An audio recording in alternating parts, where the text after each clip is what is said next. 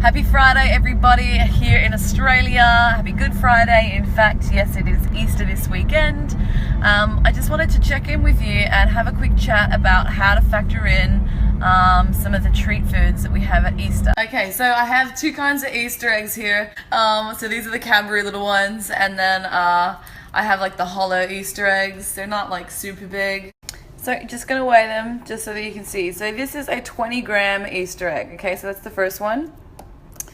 And then we've got an 8-gram egg. So if you eat 5 of these, for instance, which I would definitely do that, these are very moreish, you're probably going to be taking in around 60 grams of carbohydrates. And if you eat 5 of these, you can add in another 25 grams of carbs. So your total carbohydrate intake is going to be at 85 grams. And so if you are tracking your macros, just as an example, and I'll use my macros, this is about half of my daily carbohydrate needs. So it will depend on the amount of high intensity training that you're doing and what your total calories are.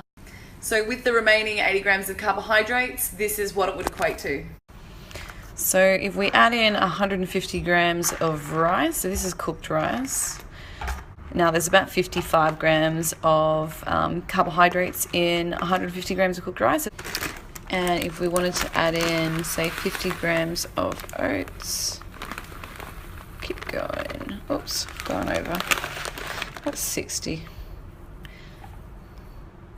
That will do. So 5 of these guys, 5 of these little ones, the solid eggs, with your rice and then the rolled oats actually would take me through to my daily carbohydrate requirement. So it just puts it in perspective of what you can actually have. So start to kind of prioritize and plan ahead. I'm not sacrificing chocolate Easter eggs, and I'm probably not going to sacrifice like a hot cross bun either. So I'll put those into my carbohydrates, and then whatever the remaining carbohydrates are, hopefully it's enough for me to be able to have like a really nice pasta dish or a rice dish. But most of the meals for the rest of the day are going to need to be pretty low in carbohydrates because I've had so much from the Easter eggs.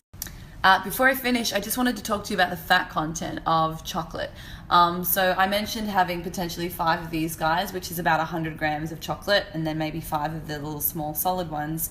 There's 45 grams of fat in those alone. Now that is getting exceptionally close to my daily fat intake. That's before we factor in anything else that you eat for the whole day. So obviously to maintain a lean physique, there are set ratios of proteins, fats and carbohydrates. So Easter Sunday might be a day for you where you're not tracking anything. It might be that you're just maintaining your calories, or it might be that it's a high day for you. So this is when you're topping up with carbohydrate and refueling. So for me on Easter Sunday, I will be matching my regular calories and changing the ratios around of my macros. So I'll be reducing my proteins down and lifting my carbohydrates and my fats slightly so that I can sit down and really enjoy something nice with my family and friends. So for the remaining 6 days of the week, I will be really consistent with hitting my macronutrient targets. So that's what I'll be doing for Easter.